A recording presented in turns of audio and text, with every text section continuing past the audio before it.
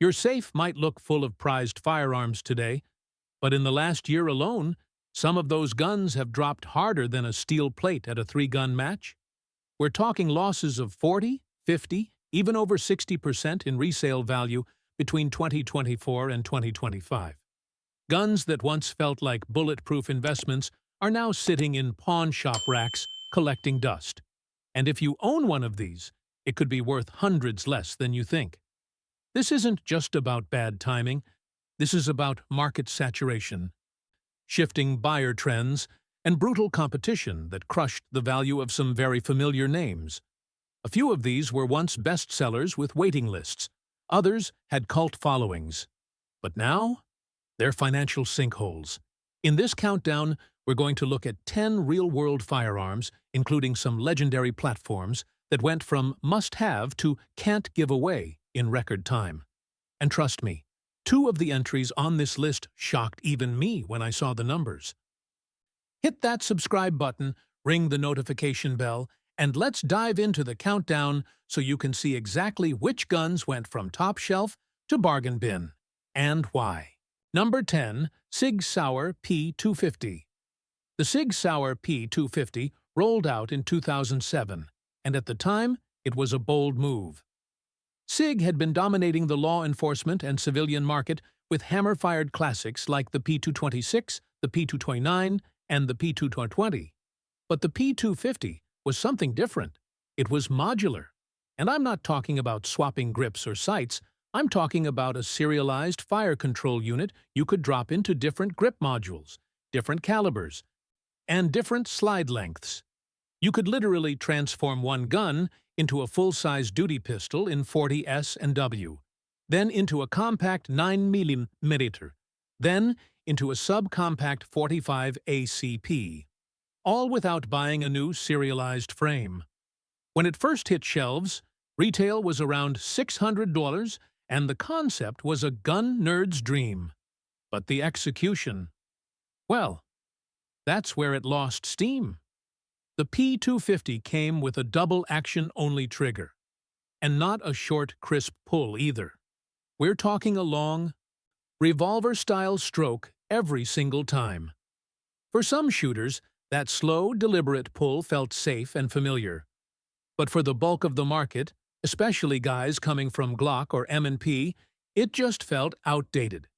Then came 2014, and Sig dropped the P320, same modular chassis concept, but now striker-fired with a clean break and short reset. The P250 was instantly the other modular Sig. Sales slowed to a crawl, and by the late 2010s, most dealers were blowing them out at discount just to clear shelf space. Now, let's talk numbers. In early 2024, used P250s in good shape were still fetching $450, $500 if they came with a couple mags and the original case. Fast forward to mid-2025, and you'll see them listed for $325, sometimes less, and they're still sitting unsold. That's a 35 to 40% drop in resale value in about a year. And that's not counting inflation. From my own time shooting the P250, I'll say this: it's a perfectly serviceable pistol. Accuracy is respectable, reliability is there, and the modularity still works exactly as advertised. But the truth is, the market has moved on. If someone today wants a modular Sig, they buy a P320. And if they want a budget Sig, they grab a surplus P226 or a CPO P229. The P250 sits in the middle. Not collectible, not in demand, and not supported by any real aftermarket scene. If you're a bargain hunter, the P250 is one of the cheapest ways to get into a centerfire Sig right now. But if you're looking for something that will hold its value over time, let's just say this isn't the horse you want to bet on. Number 9. Daniel Defense DDM4V7. The Daniel Defense DDM4V7 has long been considered one of the premium off-the-rack AR-15s you could buy. Cold hammer-forged chrome moly barrel, M-Loke handguard, mil-spec internals tuned to perfection, and a reputation for near-bomb-proof reliability. This wasn't your bargain bin AR. This was the rifle you bought when you wanted top-tier fit, finish, and performance without going full custom. When the political climate was tense and demand for ARs was at a fever pitch, the DDM4V7 was king of the shelf. From 2019 to 2021, new rifles routinely sold at $1,800 to $2,000, sometimes more if panic buying kicked in. Gun stores could barely keep them in stock. Fast forward to 2025, and the picture is very different. Brand new DDM4V7s can now be found for $1,250 to $1,370, and that's not a clearance sale. That's just the going rate. That's a 30 to 35% drop from peak pricing. And we're talking about a rifle that hasn't changed in any major way. So, what happened? Two things: competition and saturation. On the competition side, brands like BCM, Aero Precision, and even Palmetto State Armory have stepped up their game. For under $1,000, you can now get a rifle with similar performance, free float rail, match-grade trigger, and the kind of build quality that was once reserved for high-end names. On the saturation side, the AR market is flooded. Between the end of the panic buying era and a calmer political climate, there are simply more rifles than there are buyers. And when the urgency is gone, so is the willingness to pay top dollar. Now, don't get me wrong, the DDM4V7 is still an outstanding rifle. I've run thousands of rounds through mine in classes and matches without a single failure. The recoil impulse is smooth, the accuracy is better than most shooters can take advantage of. And the thing will probably outlast you if you take care of it. But here's the reality check. If you bought one in the last 3 years thinking it was an investment, the resale market has proven otherwise. Unless we see another demand spike or political event that lights the market on fire, these rifles are likely going to stay in the mid-$100 range for the foreseeable future. If you want a lifetime rifle to shoot and enjoy, the DDM4V7 is still money well spent. But if you're holding one in the safe, hoping it'll climb in value, you might be holding it for a long, long time. Number 8. FN Haastell FNS9. The FN Haastell FNS9 was FN's first serious swing at the striker-fired 9mm market. Released in 2011, it came from a company with deep military roots, the same FN that gave us the M249 SAW and the SCAR rifle. The pitch was simple: a duty-grade polymer pistol with ambidextrous controls, a 17-round capacity, and FN's quality reputation. On paper, it should have been an instant hit. But in reality, the timing and the design choices made it a hard sell. The trigger had a slightly spongy break, the reset wasn't particularly short, and the grip angle, while perfectly usable, felt just different enough from Glock or M&P to throw off shooters who had thousands of reps with those platforms. And then there was the aftermarket problem. If you bought an FNS9, you weren't getting the same buffet of holsters, sights, triggers, and parts that Glock owners could grab at any gun shop. That limited appeal both for law enforcement and for civilian shooters looking to customize. When it launched, MSRP sat in the $550 to $600 range, which put it right up against Glock 17s and Smith & Wesson M&P 9s, two pistols with established track records and massive user bases. That was a tall mountain to climb. Today, in 2025, you can find used FNS 9s, often police trade-ins, for $300 to $350. And these aren't beat-to-death range clunkers. Many come with factory night sights, 3 mags, and only holster wear from years of carry. That's nearly a 50% drop from the original retail price. Now, here's my take after putting a few thousand rounds through one. The FNS9 runs, period. Reliability is solid, accuracy is more than acceptable for duty or defense, and the ergonomics aren't bad once you commit to learning the grip. But in a world where Glock still dominates, the Sig P320 has exploded in popularity, and the M&P has earned a second life with the 2.0 series. The FNS9 just never found its foothold. If you're looking for a bargain duty pistol that will quietly do its job without fuss, this is a smart buy right now. But if we're talking collectability or resale value, the market has already spoken. and the FNS9 is staying in the budget bin. Number 7. Smith & Wesson M&P Shield. When the Smith & Wesson M&P Shield dropped in 2012, it was a game-changer for concealed carry. At the time, the subcompact market was a sea of double-stack bricks and pocket-size 380s that left shooters wanting more power. The Shield filled that gap perfectly. Slim profile, 9mm chambering, 7+1 or 8+1 capacity, and the proven M&P ergonomics in a gun that actually shot like a service pistol. It wasn't just popular, it dominated. For several years straight, the Shield was one of the top-selling handguns in America, and you could walk into just about any gun shop and see an entire display case full of them. Street price in the early years was $399, $449, and sales volume was massive. By 2016, estimates suggest Smith & Wesson had moved over 1 million units of the original Shield. But here's where the story shifts. The concealed carry world changed fast. Sig dropped the P365 in 2018, and suddenly, micro-compacts with double stack capacity were the new king. 10+1 or even 12+1 capacity in the same footprint as a Shield. Game over. Springfield jumped in with the Hellcat, Ruger came with the Max 9, and Glock finally rolled out the G43X and G48 to keep pace.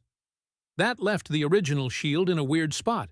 Yes, it's still a reliable, accurate carry gun.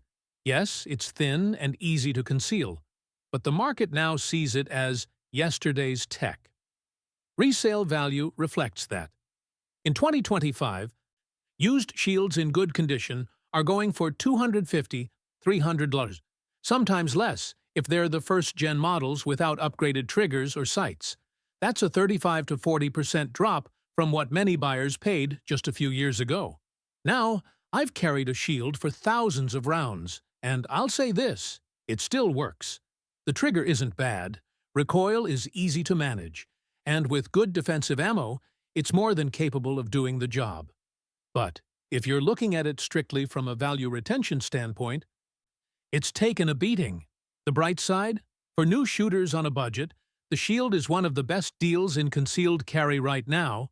For under $300, you can get a proven, American-made 9mm with a solid track record and parts availability everywhere. Just don't expect it to hold value if you ever decide to sell. Number 6. Mossberg 500. The Mossberg 500 is one of those shotguns that's so common, it's easy to forget how important it's been in American gun culture. Introduced in 1961, this pump-action workhorse has served everywhere. Duck blinds, deer camps, police cruisers, military guard posts, and home defense closets from coast to coast. What made it stick? Simplicity and adaptability. Dual action bars for smooth cycling, an ambidextrous tang safety, and a design that lets you swap barrels, stocks, and even magazine tubes without needing a gunsmith. Over the decades, Mossberg has made millions. Estimates put total production north of 12 million units across all 500 series variants. Price-wise, the 500 has always been a working man's shotgun. In the 1990s, you could pick one up new for under $200. By the mid-2010s, they were running $350, $400, depending on configuration. But here's the curveball.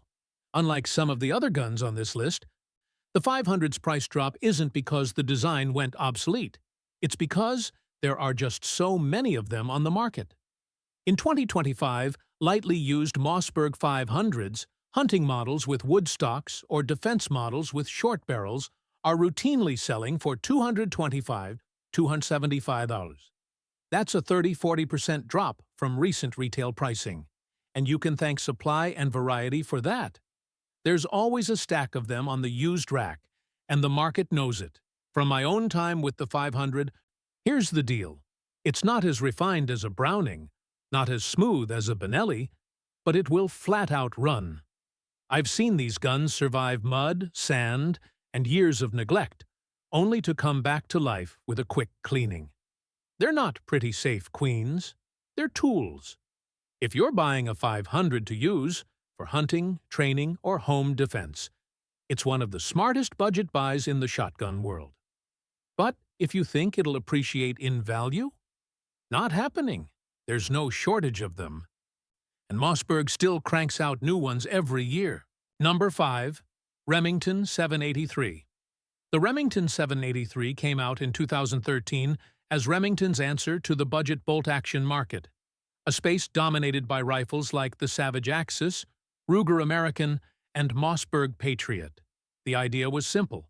Build a sub-$400 hunting rifle that delivers out-of-the-box accuracy without the bells and whistles. Mechanically, the 783 is a no-nonsense gun. It's got a pillar-bedded synthetic stock, a free-floated barrel, and Remington's Crossfire adjustable trigger. Most came with a basic mounted scope, so a buyer could walk out of the store and head straight to the deer stand. In terms of accuracy, these rifles can shoot. I've personally seen factory 308 783s print sub-MOA groups at 100 yards with decent ammo. When they first hit the shelves, MSRP was around $451, but real-world street prices were often closer to $379, $399. That was a sweet spot for budget-minded hunters, and the rifle sold fairly well in rural markets. But here's where the value drop hits. In 2025, you can find used 783s, often with the original scope still on, for $250 or less. That's a 35 to 45% drop from what most buyers paid just a few seasons ago. And the reason isn't that the gun is bad. It's that the competition in the budget bolt-action space has exploded. Savage refined the Axis II, Ruger's American rifle kept pushing strong with better ergonomics. And even entry-level Tikkas started creeping into the just spend a little more conversation. The 783 doesn't stand out in that crowd. It's functional, it's reliable, but it's not exciting. And in a crowded used market, excitement sells. If you're a hunter on a tight budget, there's a silver lining. This is one of the best deals in bolt actions right now. For under $300, you get a rifle capable of taking deer, hogs, or coyotes without a hiccup. Just know that if you ever decide to flip it, you won't get anywhere near what you paid. Number 4. Beretta PX4 Storm. The Beretta PX4 Storm hit the market in 2004 as Beretta's modern, polymer-framed alternative to the legendary 92 series. Instead of sticking with the open slide design of the M9, Beretta went with a closed slide profile and a rotating barrel locking system, something you don't see every day in a duty pistol. That rotating barrel wasn't just for show. In theory, it helps reduce felt recoil by redirecting some of the impulse into a twisting motion rather than straight back into your hand. In practice, it actually works, especially in 9mm. Follow-up shots are quick, and muzzle flip is noticeably less than on comparable pistols. The PX4 came in multiple sizes: the full size, the compact, and the subcompact, the latter ditching the rotating barrel for a tilting barrel design. Chamberings included 9mm, countered with 40 S&W, and even 45 ACP in the full-size model. Law enforcement agencies in the U.S. and abroad adopted it, but it never came close to Glock-level dominance. When it launched, MSRP floated in the $650 to $700 range, and for a while the gun held value fairly well because it was unique and Beretta loyalists loved it. But fast forward to 2025, you can find used full-size PX4s in excellent condition for $425 to $475. That's roughly a 30% drop from the original price, and in some cases, even less for well-used examples. Why the dip? Partly because striker-fired pistols have taken over the duty and carry market, leaving traditional DASA hammer guns in a smaller niche. Also, the aftermarket support for the PX4 is still limited compared to the tidal wave of parts and accessories for Glock, SIG, or M&P. That said, I've run thousands of rounds through a PX4 compact carry, the Langdon Tactical Tuned version, and it's one of the smoothest shooting carry pistols I own.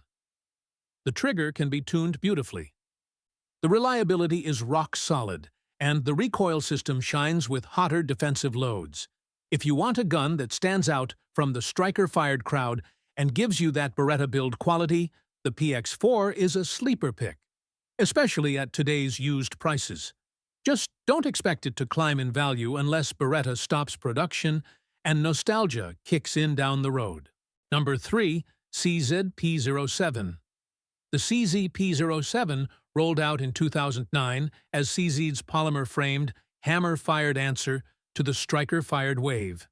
It took the proven Omega trigger system from the metal-framed CZ75 series and dropped it into a lightweight, compact package designed for duty, concealed carry, and everything in between. From the start, the P07 stood out because it gave shooters options.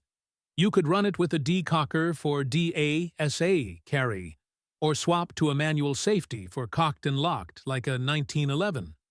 The ergonomics were pure CZ, deep grip contour, low-bore axis, and a natural point of aim that made it feel like an extension of your hand.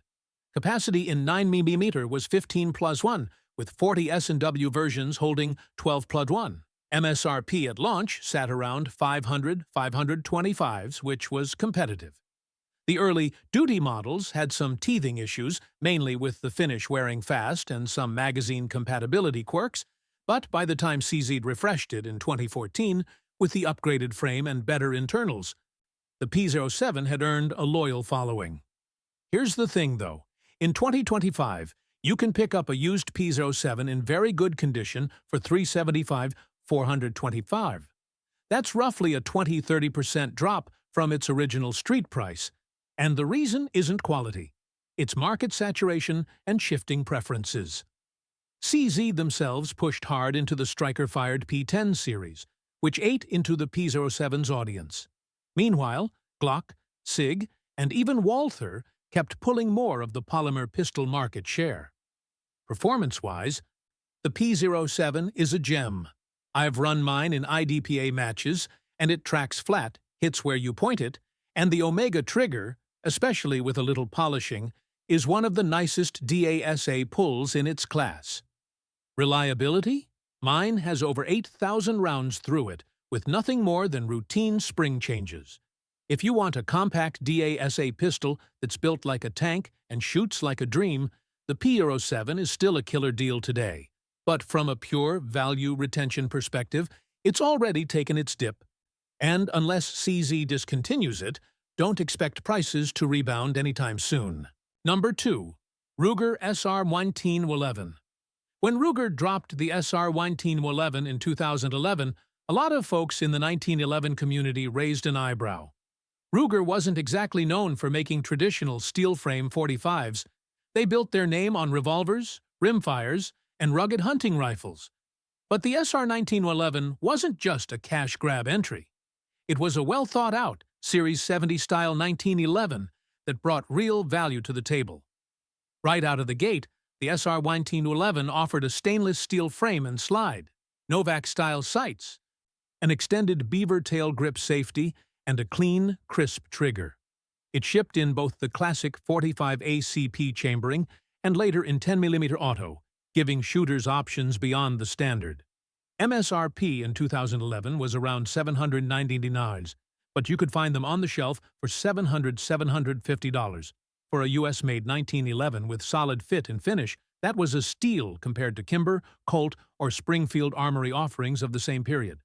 Accuracy was solid, with quality ammo. It wasn't hard to shoot 2-inch groups at 25 yards from a rest. Fast forward to 2025, and here's the market reality. Used SR1911s in very good shape are going for $575, $625. That's about a 15–20% drop from early street prices.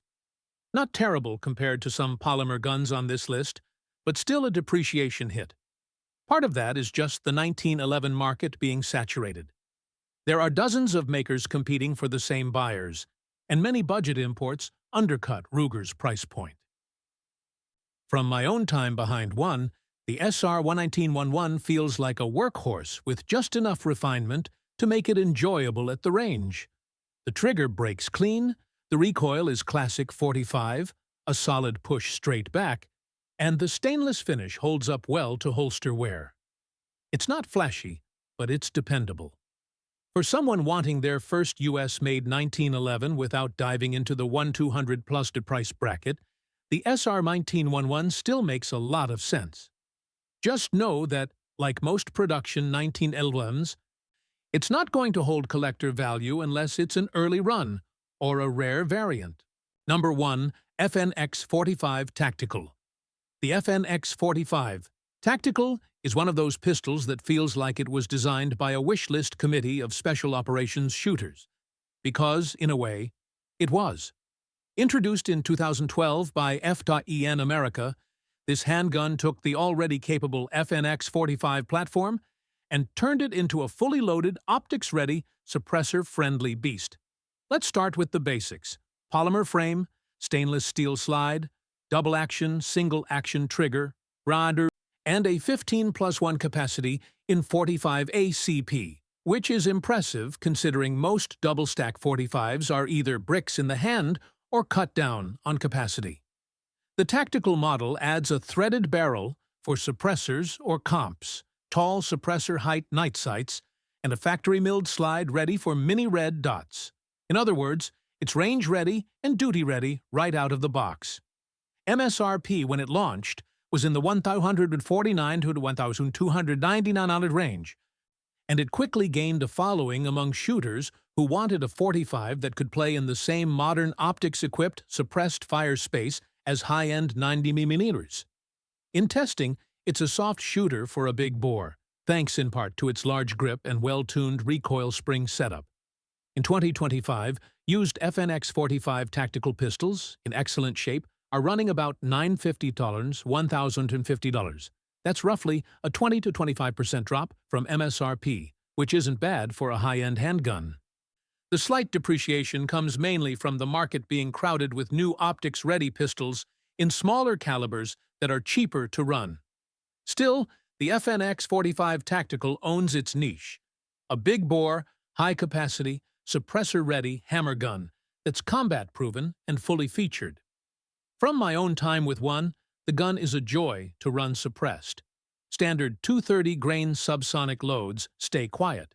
Recoil is more of a steady push than a snap, and the tall sights clear most cans perfectly. Add a quality red dot, and you've got a 45 that can run drills with the same speed and precision as a tuned 9mm, while hitting with heavier energy on target. If you want a pistol that blends modern tactical capability with classic 45 stopping power, and you're willing to deal with the size, the FNX45 Tactical is one of the most capable handguns you can buy today. And unlike a lot of guns on this list, it's likely to hold its value better in the long run because it doesn't really have a direct competitor. And that's the list. 10 guns that prove value isn't always about price tags. Some dropped fast, some held on, but every one of them still has its place if you know how to run it. If you enjoyed this breakdown, hit that like button, drop your thoughts in the comments, and make sure you're subscribed with the bell on so you don't miss the next deep dive. Stay safe, shoot straight. See you next time.